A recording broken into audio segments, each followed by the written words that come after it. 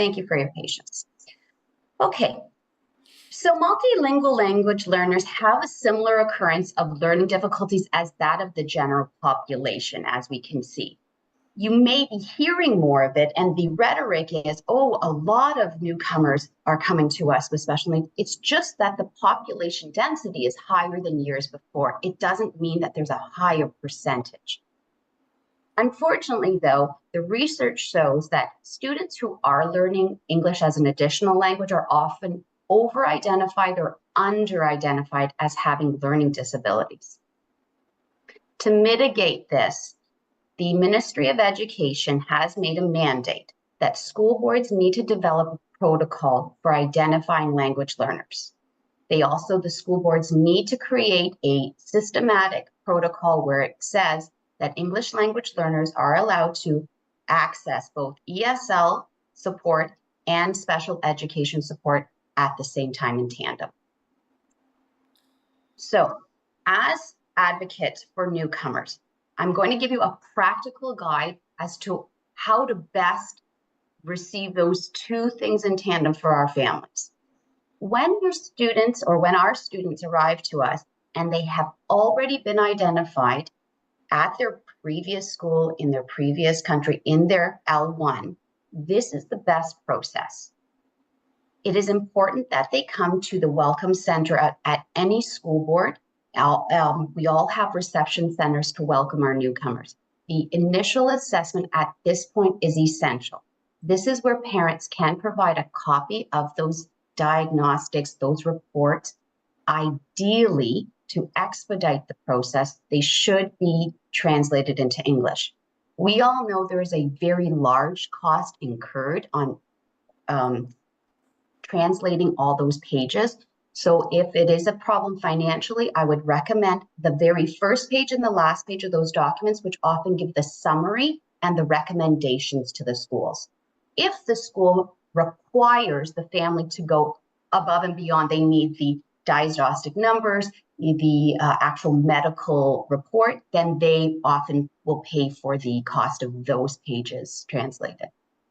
During the initial assessment, we're still following the same procedure. We're doing the oral interview, a reading comprehension, student writing, and a math skills to see how they would perform in English and or their first language. We need to meet these students. We don't have any relationship with them until they arrive at this initial assessment.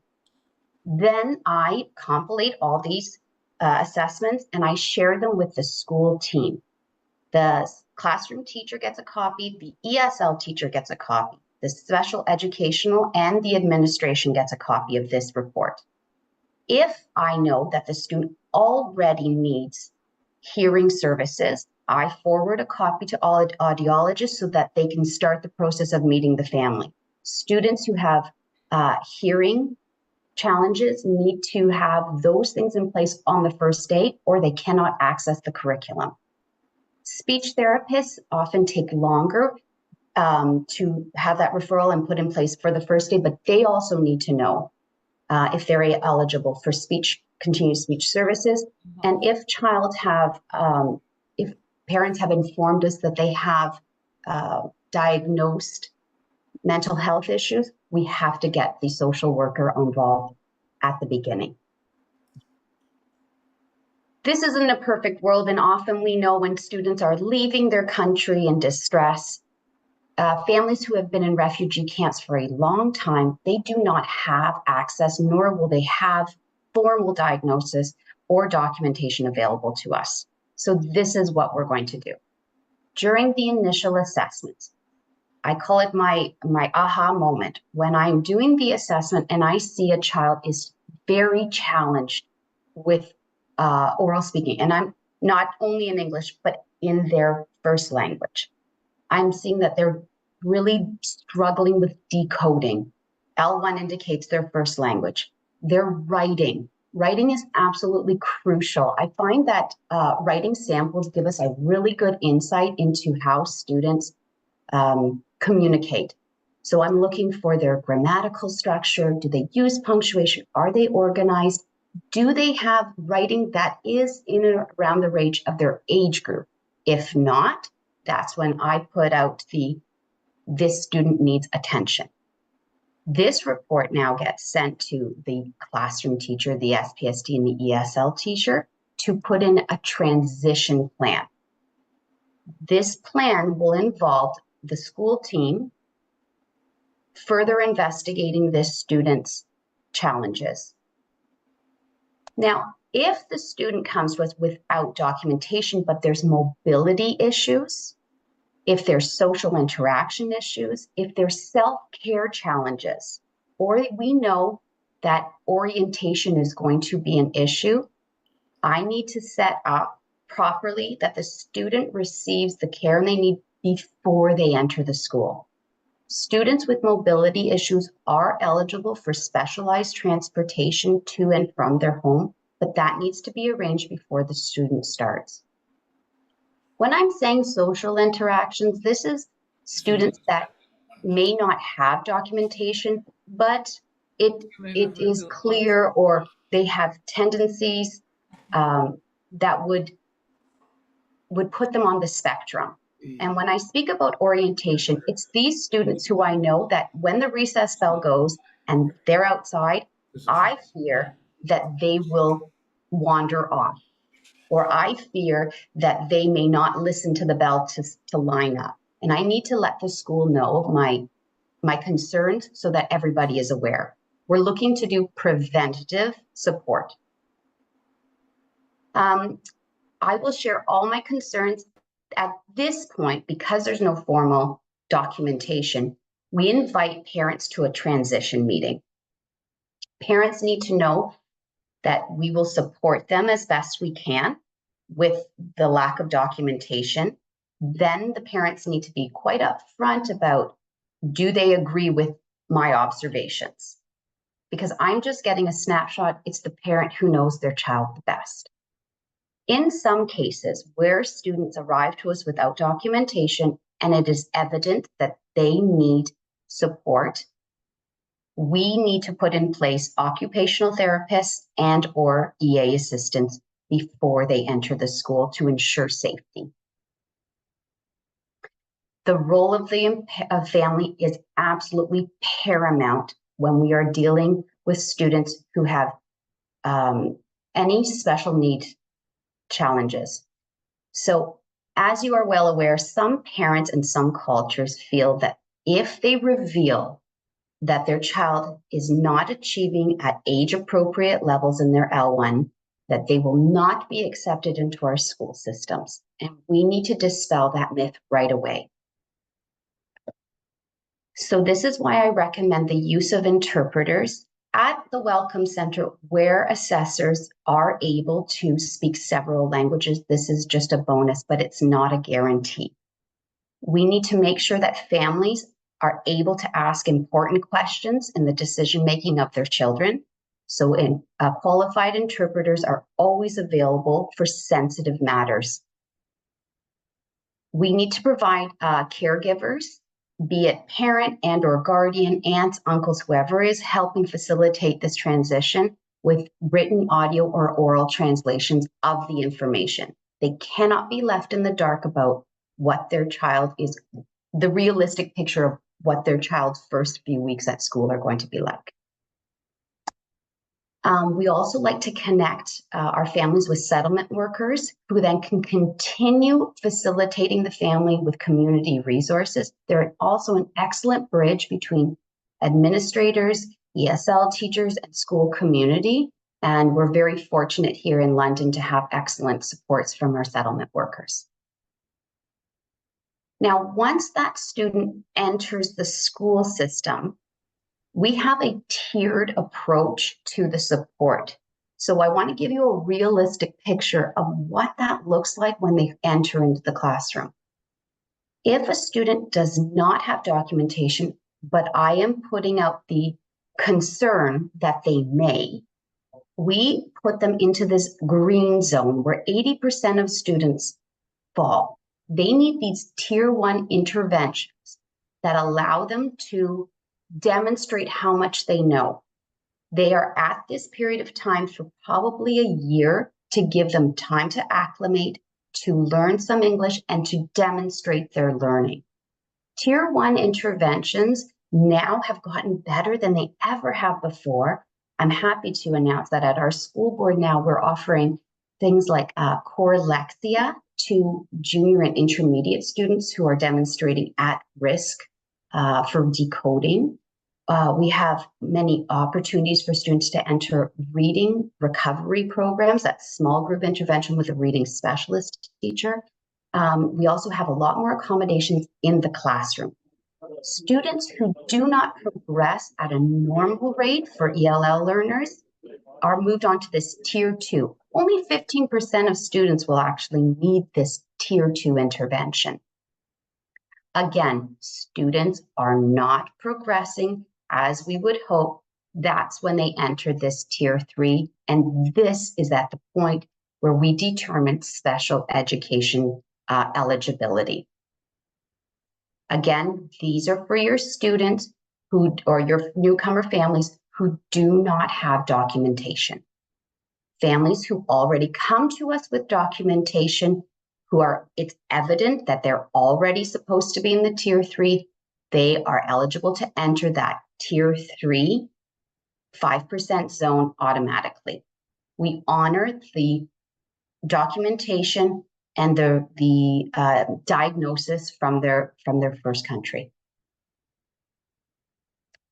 Now, when we consider MLLs are multi-language learners, they may have just arrived or now they have been here for 3 or 4 years. There are some green lights and red lights that I've been wanting to share with our school boards, our administrators, our ESL teachers. So let's start with the do's. This is what we need to do to get better at advocating for our ELLs. We need to gather information about years of opportunity. We know that students who come to us with disrupted education, albeit from living in rural areas that they did not have access to school, to actually interrupted education from leaving, transitioning, moving countries, not having access to school. We have to take into account how many years they have not had the experience to learn. Next, if we know that they need help, we need to have that intervention immediately and offer ESL and Spec Ed simultaneously. We need to measure student progress often, and this is a huge do. We need to see that they're learning what is being taught to them. So if a student hasn't been in school for 3 or 4 years, that doesn't mean they need special education. If I taught them those letter sounds and they absorb that in that time frame, then yes, they're progressing based on the time that we've worked with them. But we need to show that. We need to constantly advocate for their increase in learning or their plateau in learning. We need to include all students in tier 1 and tier 2 school interventions. And like I said before, these include reading groups, Lexia online reading intervention programs, math groups, and peer tutoring to address student needs. And this also is for the secondary panel as well. My big do nots for school boards are don't assume that they need time to develop their English before they receive these interventions. If they are clearly having issues, and I'm just going to choose Spanish as one of my languages now to give you an example. If I'm doing the assessment and I clearly see they have decoding skills in Spanish, they are also going to have decoding skills in English. Because we have 44 phonemes that they need to learn in English, and they're having difficulty with the 26 in Spanish. And only 15 are the same between our 2 languages. I know that they're going to have difficulties. It doesn't matter how much English they're going to learn. I'm not going to delay that intervention. Again, like I said, don't delay. There isn't a time frame. Oh, we need to let them wait 3 years before they get special education. That's not true.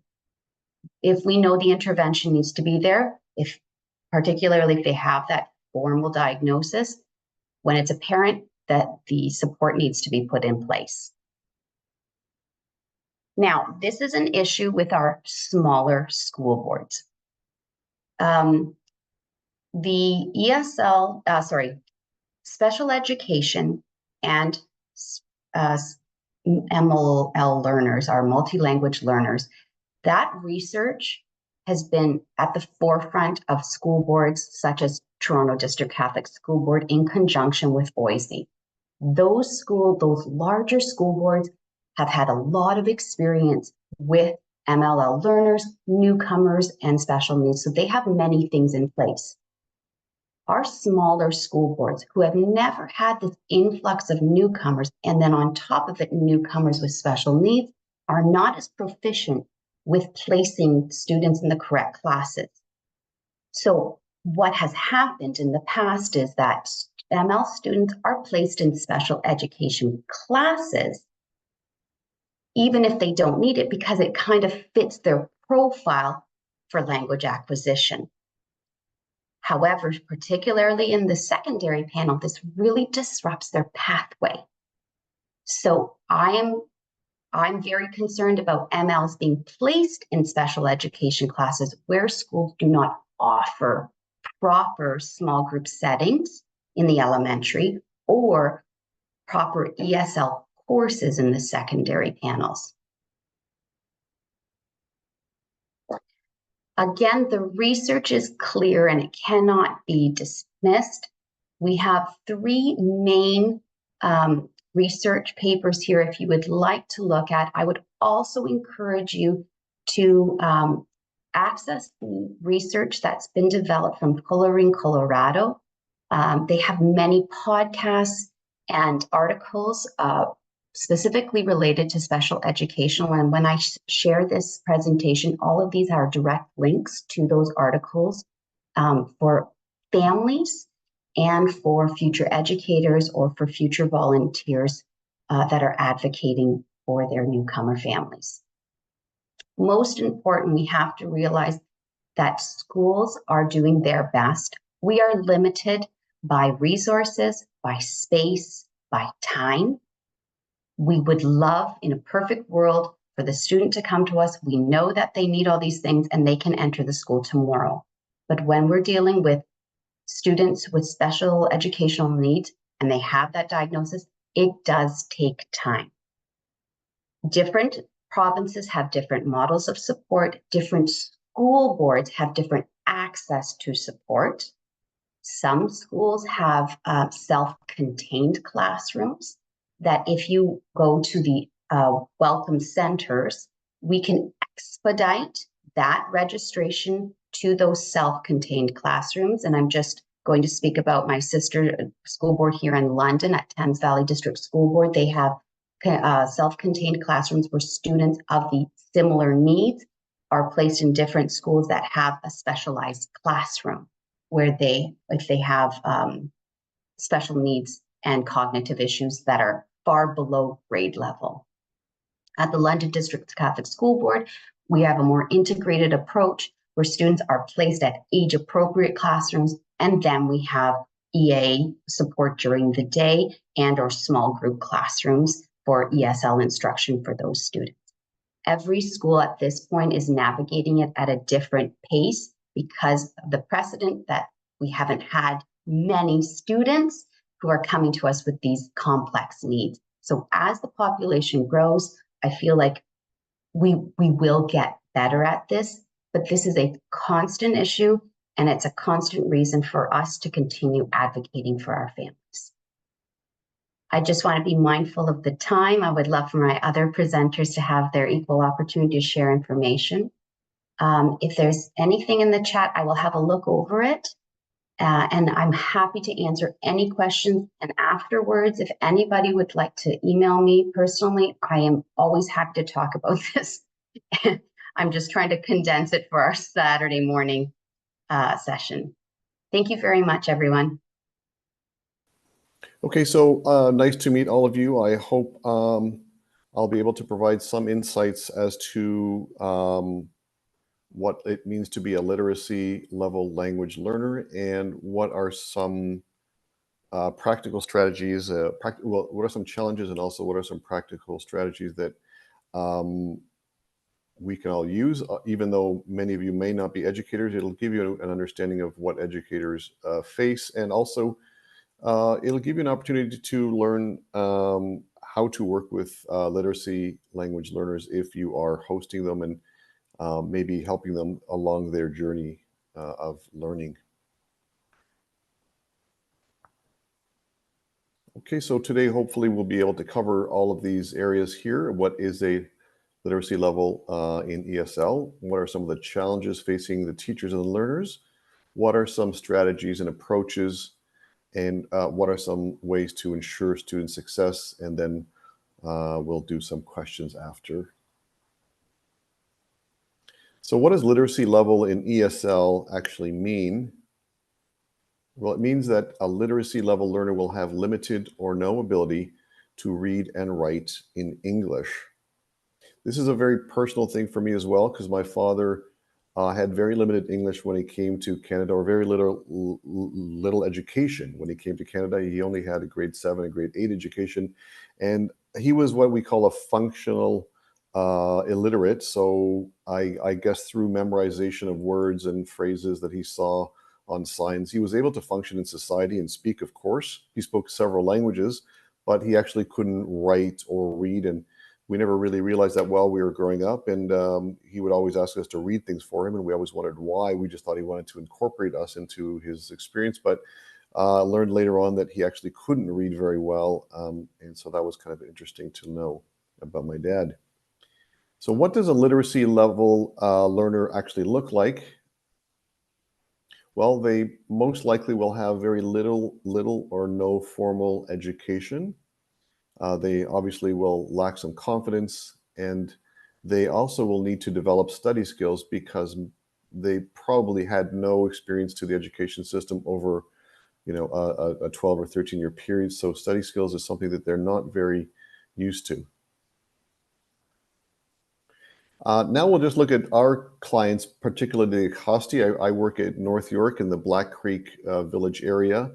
It's a quite densely populated area, and it is home to a large contingent of newcomers to Canada from all over the world.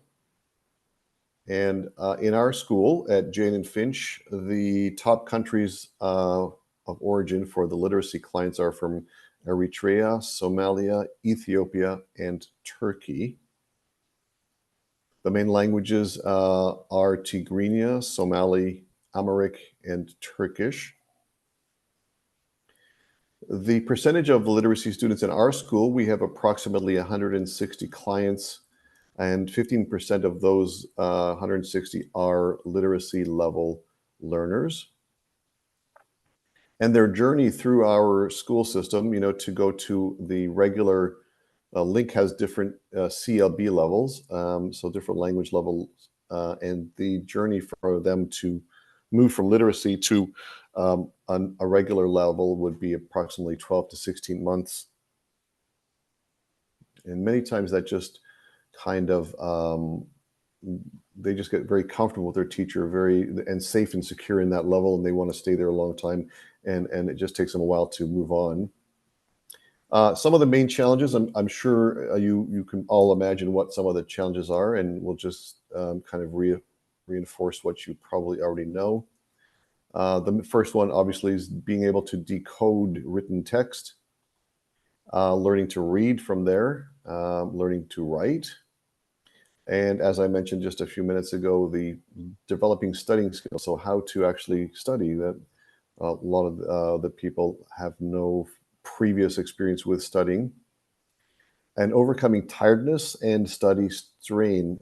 So, studying can be very challenging, especially someone who doesn't have, like I mentioned, a full, elementary school, high school experience of studying for long periods of time. It's a new skill to acquire, and it can be very exhausting.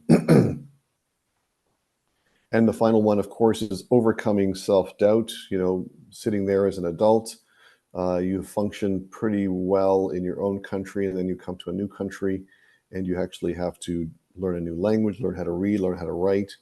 and constantly being filled with doubt. Can I do this? Can I achieve this?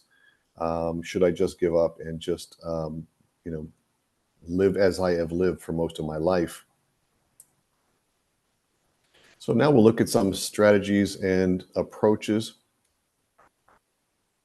So the first thing is decoding written text, and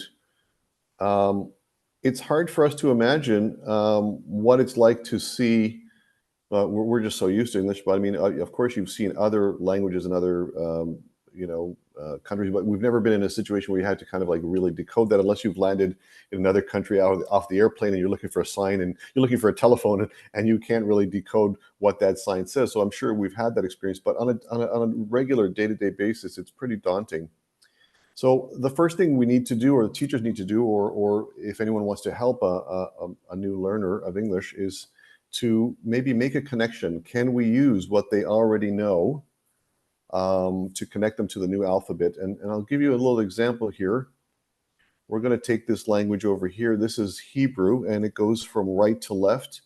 If some of you are familiar with it, that's great. If you aren't, this is what I guess English would look to a language learner for the first time. These are letters that they've never seen before, and you're wondering, what does that mean? So, well, what we can do is we can show you that, in a matter of seconds, I can kind of teach you how to read this, and that will be just very simply by using what you already know. So if I asked you what this word over here means, hopefully, if I can hear some responses, anyone want to guess what this word means in Hebrew? If we can do that. Yes, Coca-Cola, that's right. And this word, of course, is pizza. Anyone? Yeah, that's right. And if you had to guess which letters, these are individual letters. If you had to guess which letters are the C, the K sound, which letters would you guess are the C sounds? There's going to be 3 of them.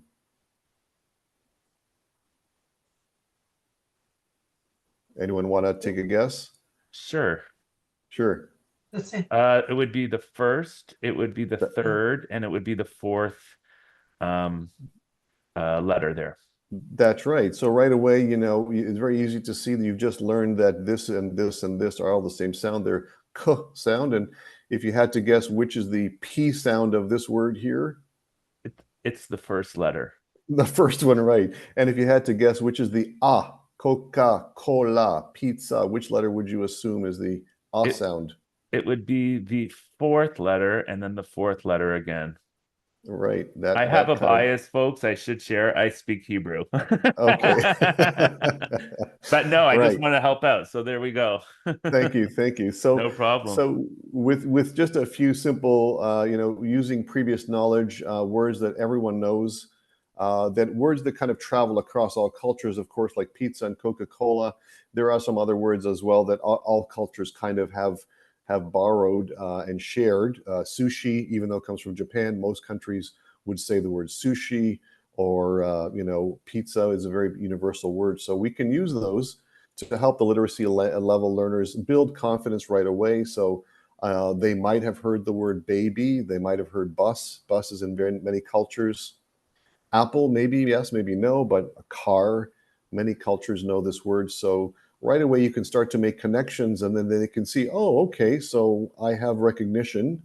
I don't know every letter, but I'm making a recognition. And that's how my father, when he saw words or signs, I don't think he knew the individual letters exactly, but he saw that if he saw this word together, this combination, it became a symbol. That meant a bus, or that meant a baby. So that's where we can start to already make connections with what they know.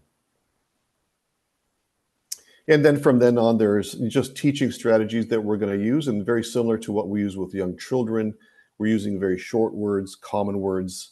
We're isolating letters either at the beginning or the middle or the end. We're doing short vowels first, a, e, rather than the longer vowels or the strange vowels like the a's and the i's. So the shorter vowels are a little bit easier because most languages have shorter vowels. Many languages do not have the longer vowel sounds, and they're a little bit harder. And of course, using pictures and flashcards that help. And then we're using multiple examples of that letter just to reinforce it. and breaking up different sounds.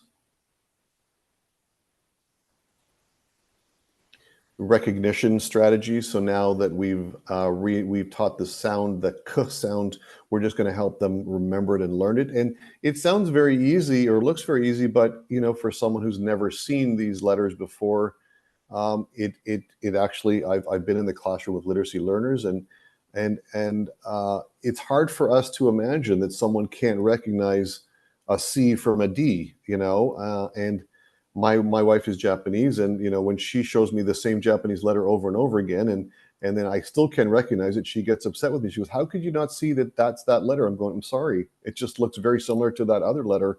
I don't see it." So it's hard for us to imagine that, but it can be a big challenge.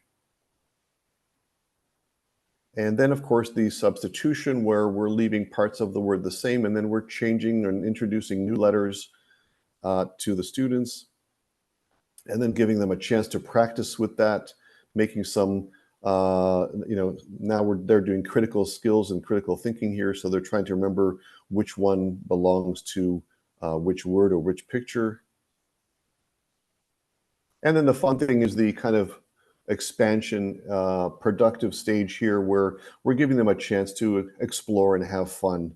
So they can work in groups. You can give them little word blocks together, and they can try to make their own words, their own sounds, and experiment, see if those are real words or not. They can use a tablet or dictionary, punch in that word, and have fun with their partners. And that kind of alleviates some of the tension, allows them to make mistakes, and allows them to have a little bit of experimentation and not be so concerned about being 100% correct or getting the answers right, or being assessed on doing a test kind of situation. The next thing we're going to look at is writing, and the question is, should you do reading first or writing first? And there are different ways to look at it, or there are different debates on it. But one strategy might be writing before reading, and the reason is it's kind of an efficient way. When you're teaching students how to write, you're actually teaching them how to read as well at the same time. So it kind of kills two birds with one stone. It's kind of effective too, because instead of just memorizing letters, students are actually working to understand how those letters make words, because they're trying to make those words, and they're going, well, should I use a C here or a K here, or does it matter, or what am I doing exactly? So they're kind of using critical skills, and they're also engaging. So the best way, of course, to learn something is not just to passively receive it or memorize it, but to actually do it. So when you're writing, it enables students to build their confidence, and they're creating new words, and they're doing something, and they're getting a feedback. It's a feedback loop, and it helps reinforce what they're doing, and it helps them remember, and by engagement here. Another thing that we often don't consider is, I was talking to one of the literacy teachers, and she told me something that's really, really true. Many of her students have never held a pencil in their hand before. And, that might sound, it sounds shocking or impossible to believe that they've lived, an adult life up to 40 years old. They've never held a pencil to make a letter. And if you've seen your child, if you have a young child and you've seen them try to make a letter A or any letter, that it takes actual mechanical skill. So, you have to learn to develop the skill in a sequence to make a certain letter, and that's all you have to do. So that is part of literacy, is helping adults learn the sequence of how to make letters properly, repeatedly, and in suitable proportions. So you can use these worksheets, and of course, there are worksheets also that gradually reduce the cues, and those are really good to use. So they start with a full pattern, and then it's a half a pattern, and then there's no pattern. And just repeated practice, and as much practice as possible, to help them develop that skill. And then the next step would be to start building words together. So drawing on the previous knowledge that they've learned in class, and then gradually helping them write words. And this, of course, can be done simply by letter insertion. And you begin with initial letters, then you can begin with vowels in the middle of words. final letters, and you can also do the blends, 2 words together, 2 sounds together. Sorry, not words, but 2 sounds together that make a word. From there, now we're going to be kind of testing their knowledge or consolidating their knowledge and seeing how much they can remember. And then we're going to move on to working to make sentences. So what words have they learned and how can we put them into sentences? And we begin by giving, of course, prompts, scaffolding the information. So you give them the kind of words that really don't mean anything. Those are the kind of sight words. These are, you don't have to explain this or is or Those are just kind of, they will reinforce themselves as the students learn, but the main word is the noun. This is a cow. And then we're learning, okay, how do we make that sentence? This is, and then a cow, and then they have to make the full sentence by themselves. And then we can also do things like a scramble challenge where you mix the words up. And as you're doing this, you're also introducing new words and new concepts. So they might know the, shoe, and the is, but they don't know this word. So now they're going to have to think, where can I put that word? And then they're learning that that word actually means a color. So we don't always have to teach everything directly. You don't have to go through a lesson, always and say, well, let's learn the colors today. We're going to learn blue, orange, red, and green. And you're showing them sometimes you can do it incidentally. And doing things incidentally is just a great way for them to absorb knowledge slowly, in kind of offhand ways. The girl is happy. So this is a new word for them. They might not know that word, but they see the smile and they can kind of associate what's happening here. And they might not know the word big, but if you say the hat is big and they see the picture, they're learning a new word and they might remember that. They might not. With future exercises, it will be reinforced. Finally, we'll look at reading and the challenges of reading. So first of all, obviously, students can be very self-conscious about reading, their pronunciation, their inability to read, especially when they have to read out loud in class. And this is something that I had an experience with when I was a young boy. Because both of my parents were not very literate people, I really had no reading skills. My classmates were reading the Hardy Boys every night. I was reading comics. I wasn't really reading. So when I came to, middle school, elementary school, 5, 6, 7, one day the teacher asked me to read out loud. And my reading was just awful. I made so many mistakes. And I completely remember how I felt. I was completely shy, nervous, sweating. And the teacher embarrassed me. And, so that was a big moment in my life. I started reading after that. English has many confusing words, of course. We know that. Silent letters, letters that change sounds in different situations. And individual letters can cause confusion. Of course, if you've ever seen little children write, they write their B's and their D's backwards. They write their S's backwards. They write their P's and their Q's in different, positions. Something that I just realized recently, the capital L and the capital I and the small L. My kid always asks me, Daddy, is that an L or an I? And I go, oh, that's right. I never thought about that.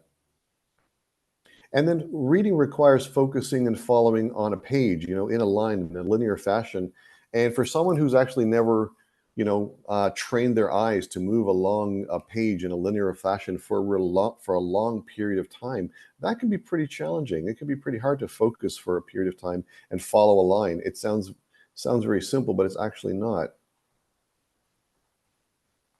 So for reading, some of the things that we want to avoid is asking students to read out loud because it might make them feel uncomfortable. Avoid using children books for adults just because, they might get really self-conscious about that. So instead of that, you can do group readings to build confidence and have the students support each other. If you do choral readings together as a group, short sentences, it builds up confidence. Students can hide behind the whole group. They don't feel self-conscious. And we can also use simple real world readings instead of children's books. So we can do simple family descriptions, simple life stories that the students have made or that come from other sources, and student created sentences, the things that they're going to do in their life. They can make a shopping list. They can do a description of their home or their family or themselves or things that they like. And they can, we can read those together in the classroom. So generating sentences, we want to like help students create sentences, but it's a good strategy is to use a repeated pattern, as this will reinforce common sight words like this or is or or the. It's words that they don't really have to know the meaning to, but it'll help them reinforce those patterns and basic structures. And so, you know, just I like apples, I like bananas, repeating most of the same words, except we're changing one word, then adding something new. I don't like lemons, and then making it into a question. What do you like? So very simple sentences like this, reinforcing patterns. And then this can easily become a shopping list. I need to buy milk. I need to buy eggs. I need to buy meat. What do you need to buy? So, you know, these are ways that we can kind of make it more real life, realistic. And it also gives them confidence because they're making their shopping list. I need to buy this. I need to buy that. It's a pretty powerful thing to be able to have a shopping list and show your children, look, I made a shopping list. Let's go shopping. It's a real good achievement. And beyond the class, we want to involve family members. Most likely, in our experience anyway, most of the students in our class are mature students in their 30s, 40s, and 50s, and they all have children. And their children are often going to school, and their children are often way higher than them as far as literacy skills, and their children can help them. Okay, some final thoughts on student success. So we always want to work towards achievement. We don't want to do testing. We want to break up complex tasks into smaller ones. So we want to do small things that can be achieved and built into larger achievements, build skills, give them the tools, create opportunities for them to consolidate their knowledge. We want to boost their confidence through mini tasks and projects. So if they can achieve something small and then something small and something small, it really boosts their confidence. And then, you know, one sentence makes two, and then two makes three, and three makes four, four makes a paragraph. And the last thing is to try to foster a sense of collaboration and peer support. Most of our students in our literacy classes work together with a partner, and they assist each other. And it just gives a sense of comfort rather than working alone. The next thing we want to help our students obviously do is promote study skills. So we want to give a small amount of homework every day to reinforce what they've learned in class. We want to set them onto self-study patterns. So, you know, you can set a number of words that they must find each week.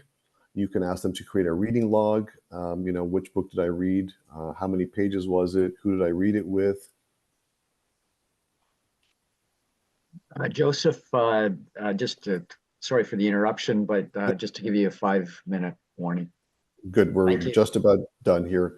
Class management, just make sure that you are patient. Progress may be slow. Make sure you take time to step back and reflect on students, how they might interpret what you're saying or what you're presenting. Have a variety of activities to break things up. Our learners, they can't work on something for too long. They get very tired. We actually have senior citizens in our class too, and even after 10 minutes of reading or writing, they get extremely tired. And also be ready to change your plan. You know, drop what you have and change it if you're not moving in the right direction, or if you want to change things up. Okay, that's it. I understand that we're going to be doing some questions later on, and I hope to hear some questions from you. And thank you very much. Yes.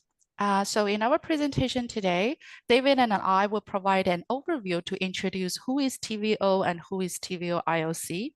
And after that, David is going to provide detailed explanation about what are the available opportunities for mature learner, in other words, adult learners, to gain high school diploma in Ontario.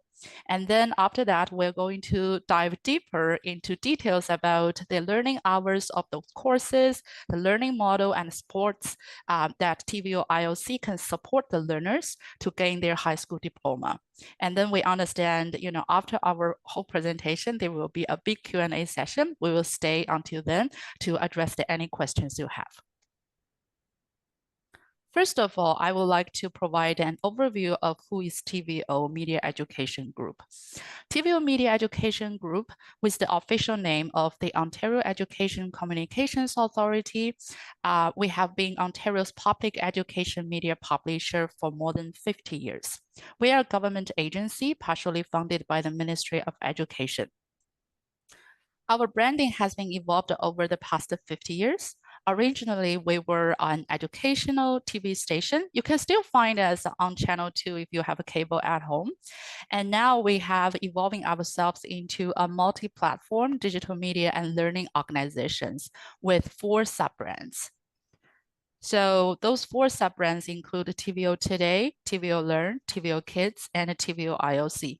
We offer a wide variety of programs that catering to all the age groups of people who live in Ontario. And then we are a mission-driven organization with the purpose of inspiring learnings that changes lives and enrich communities. And in our presentation today, we will mainly focusing on TVO IOC. Then who is TVO IOC? TVO IOC, we are the largest Ontario high school in Canada. So each year we serve more than 30,000 students annually. Those students actually from both Ontario and all across the globe.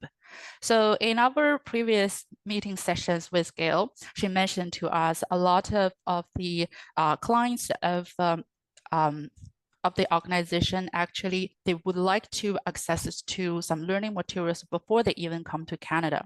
Actually, TVO IOC can support all the learners while they were still in the home country. So this is a very great opportunity for them to start learning before they landed into Canada. And TVO IOC is also a government agency under the Ontario Ministry of Education, and it is recognized as an Ontario school board, like any other public funded school board, and is also a permanently accredited online high school.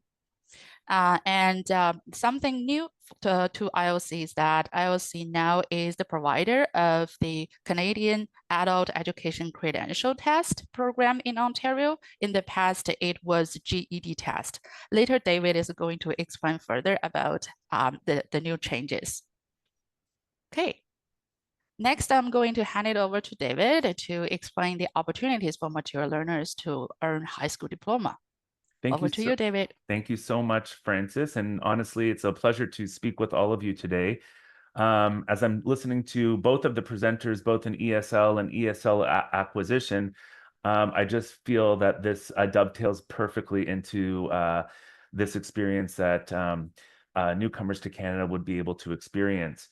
But you'll notice here on this slide, there is a little bit of information with reference to 4 different opportunities that TVO ILC offers students. So for adult learners, there are 4 ways an adult learner can obtain an Ontario secondary school diploma or its equivalent. And we're going to go into depth with that, and that way we can give you a fulsome an understanding as to how we can support newcomers to Canada in this respect. So the first one is the mature process assessment. Through a prior learning assessment and recognition, which is called the PLAR for mature students, or some people call it an MPLAR for mature students, learners can earn up to 26 high school credit based on their existing knowledge and experience. And to obtain an OSSD, which is the Ontario Secondary School Diploma, the learner must earn a minimum of 4 additional credits and complete the remaining graduation requirements. The second is maturity credits for pre-1999 students. So for learners who began high school in Ontario before 1999, up to 12 maturity credits can be awarded. This reduces the number of credits needed for an OSSD to a minimum of 18. So what that means is what we'll do is analyze what the student is actually giving us. And if we can award up to 12 maturity credits, then they would only need to complete 18 credits in order to achieve the Ontario Secondary School Diploma, after all graduation requirements are met. Now, I should share that the graduation requirements now in Ontario are students would need to have community hours, and they would also need to pass the Ontario Literacy Test, which is called the Ontario Secondary School Literacy Test, or the OLC 4O, which is the course that affords the student to get that credential. The third opportunity for newcomers to Canada is to engage in the Canadian Adult Education Credential. And what we call that is the CAEC, or in short, CAEC. The CAEC test is designed for adults seeking a high school equivalency diploma, and it consists of 5 tests totaling approximately 7.5 hours, which are administered at official testing centers across Ontario. And to obtain an Ontario high school equivalency diploma, you must achieve a score of at least 55% on each test. So for some of you, you might be wondering, but what about the GED? Well, the GED, as of May 3rd, 2024, was sunset. And that's because all 10 provincial jurisdictions had decided that it had been time for Canada to create its own credential for students who are entering the country. And basically how that worked out is all 10 provinces are now working together, and we are administering the CAEC, or the Canadian Adult Education Credential. This credential was created out of Alberta, and all 10 provinces are using the same thing. So if students were involved in the GED, it will offer them the same opportunities to seek employment as a high school equivalency. And then the fourth one is individual courses towards OSSD. And what that means is that a student would take the traditional pathway of working towards completing 30 credits along this route. So individual high school courses that students would be able to take. So they would need to take 3 mathematics courses, 4 English courses, social studies or geography, a history, a French credit, everything that a grade 9 to 12 student would need to do in order to achieve the Ontario Secondary School Diploma. Among all the opportunities for mature learners to earn high school diplomas, Opportunity 1 through the Mature PLAR assessment is the most quick and easy way to achieve the goal. Opportunity 3 is the fastest way to get high school equivalency diploma. And in the next couple of slides, I will talk about Opportunity 1. First of all, what is a mature PLAR? Let me show you a brief video first. I'm going to push that on. Francis, we've got that one, yeah? Yes, 1 second, Okay. please. Is your incomplete high school Do you have the sound? Can you hear the sound? Yep. Okay. education holding you back? You're closer to graduating than you think. Your school board has the power to grant secondary school credits for learning and skills you have acquired at home, at work, in training programs, and volunteer work. You can get your Ontario Secondary School Diploma in as little as 6 months. Contact your local school board and ask about PLAR for mature students. We'll help you map out your unique path to high school graduation and beyond. PLAR for mature students, where your life experiences count.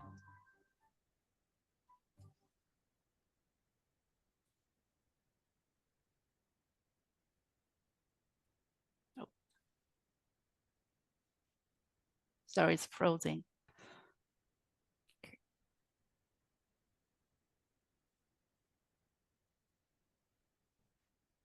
One second, please. Sorry, my laptop got too excited. Okay.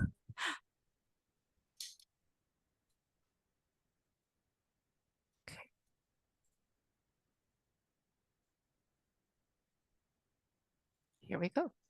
Perfect. So as the video is sharing, and I'm just going to go into a little bit more depth here, the mature PLAR grant secondary school equivalencies for learning and skills you have acquired at home.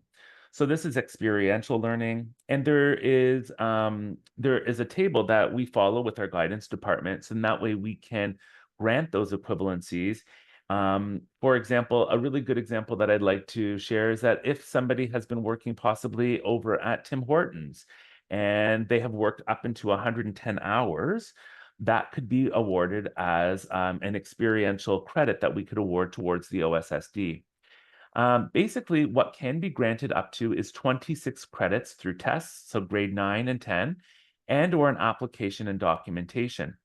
So grade 11 and 12 with the final four credits being earned, and a literacy and community involvement hours. And that's what I was sharing with everybody about the OSSLT, and then the community hours, which is about 40 hours that each student has to achieve and have it documented that we award towards their Ontario Secondary School Diploma. In terms of eligibility, learners who meet the following criteria are eligible for the mature PLAR. They need to be over 18 years of age, turning 18 on or before August 31st of that academic year. And they must be actively enrolled in a secondary school or continuing education course. And they must have earned fewer than 26 credits in the past. And that's key because after 26, everybody has to earn those last 4 credits. Over here on the next slide, this shows how a mature learner could obtain a diploma through the mature PLAR. Step 1, they need to connect with their local school board to find out more about the PLAR for mature students. And what I usually recommend to students is going over to their local high school, or they can go over to their local school board to get this information. Step 2, they will request a mature PLAR assessment and follow the pathway then plan that's been provided to them. In the pathway plan, they will find out how many equivalencies they have been granted and that they are eligible for. And after that, they will choose to do the test or applications to get the equivalencies.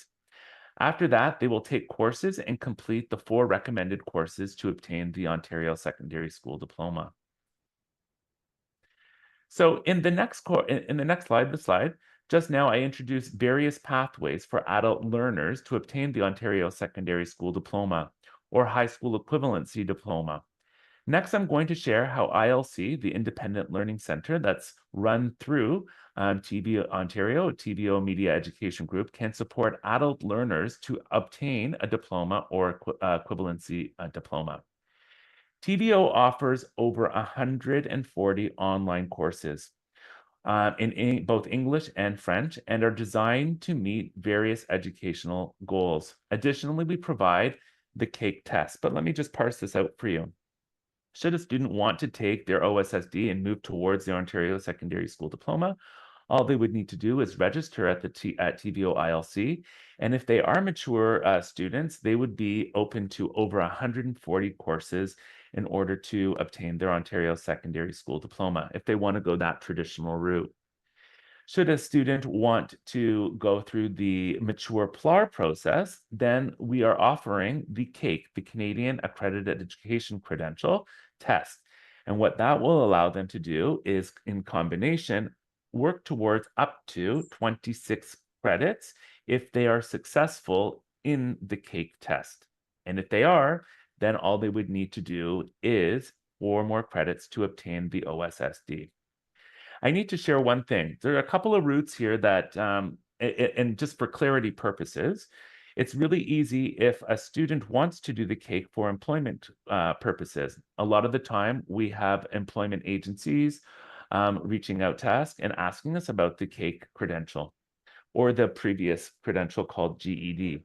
And basically what that would allow is if somebody is seeking employment, they would complete the test, they would present that credential towards the organization or the employment agency, and then they would be granted employment opportunities based on the CAKE credential, because that says basically they have earned the equivalency. But should a student want to, or a learner want to move on to, let's say, an apprenticeship program, or a post-college program, or a post-secondary program like university or college, then they would need to actually get the CAKE credential and take 4 courses for admission into those programs. All ILC courses are fully digital, interactive, and engaging, hosted on a Brightspace learning management system. Students can access the courses anytime and anywhere through an asynchronous learning model with 24/7 availability to accommodate busy adult schedules. And I'm just going to move on to the next slide. In terms of learning hours, learning models, and support, learning hours is equal to 110 learning hours per credit. The learning model, our learning model is flexible, independent learning approach that is fully digital, utilizing the learning management system of Brightspace. And I should also share that all of our courses are AODA compliant, which means that they are through the Accessibility of Ontario Disability Act. That means that students who are deaf and hard of hearing or low in visual impaired, they will be able to access these courses through screen readers and closed captioning opportunities. And we try to make this as available to students, and that way there are no barriers for them to achieve their goals. In terms of support at ILC, TVO's ILC Flexible Independent Learning Model is designed to allow you to work at your own pace. But this doesn't mean you're alone or on your own solo learning journey. Some of the supports available to learners at the ILC are resources within the course. So we say start here and frequently asked questions. We have academic support. We have a team of academic officers who are subject-specific experts in both mathematics, science, English, French, business, social studies, that can give support and navigation and answers to content questions and assignment clarification. We also have guidance support, such as course selection pathway, planning and graduation requirements and accommodations for final tests. And we also afford email communications with our facilitator, with facilitators of TVO ILC partners. I'll also include a link to the FAQs about ILC on the slide, so you can feel free to check those out. And with that said, and I'm looking forward because I definitely believe that when we have our Q&A, there will be questions about this, and I'd be happy to answer furthermore. But over to you, Francis, to sort of wrap up this presentation. Thank you, David. So I know for our presentation, our main focus is to explain how TVO assists adults in gaining high school diploma. And just now, David provided an overview of it. I will leave the questions until the end. And then now here, I would like to share some additional resources that TVO provides that are free and also available resources for everybody in Ontario, especially for the newcomers. So here on this slide, on the right side, you can see a summary sheet of all the TVO digital learning resources.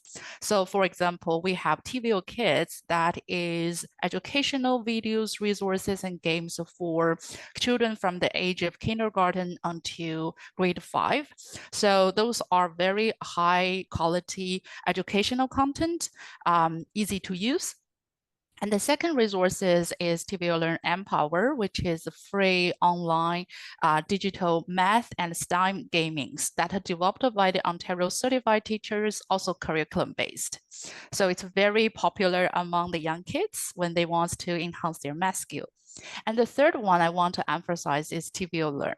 TVO Learn consists of over 2,000 learning activities for all subjects from kindergarten to grade 12.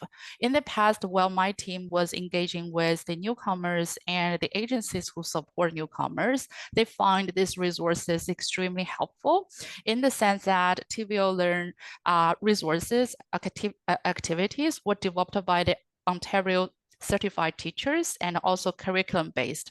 From those learning activities, you could find what's the curriculum, Ontario curriculum expectation for each of the subjects of each grade. And also you could find a lot of high quality learning activities to enhance the learner's learning at school. So this is very important for the newcomers. And also just now, earlier in this presentation today, Joseph and Stephanie talked about ESL and also, the challenges for improving the literacy among the newcomers or refugees.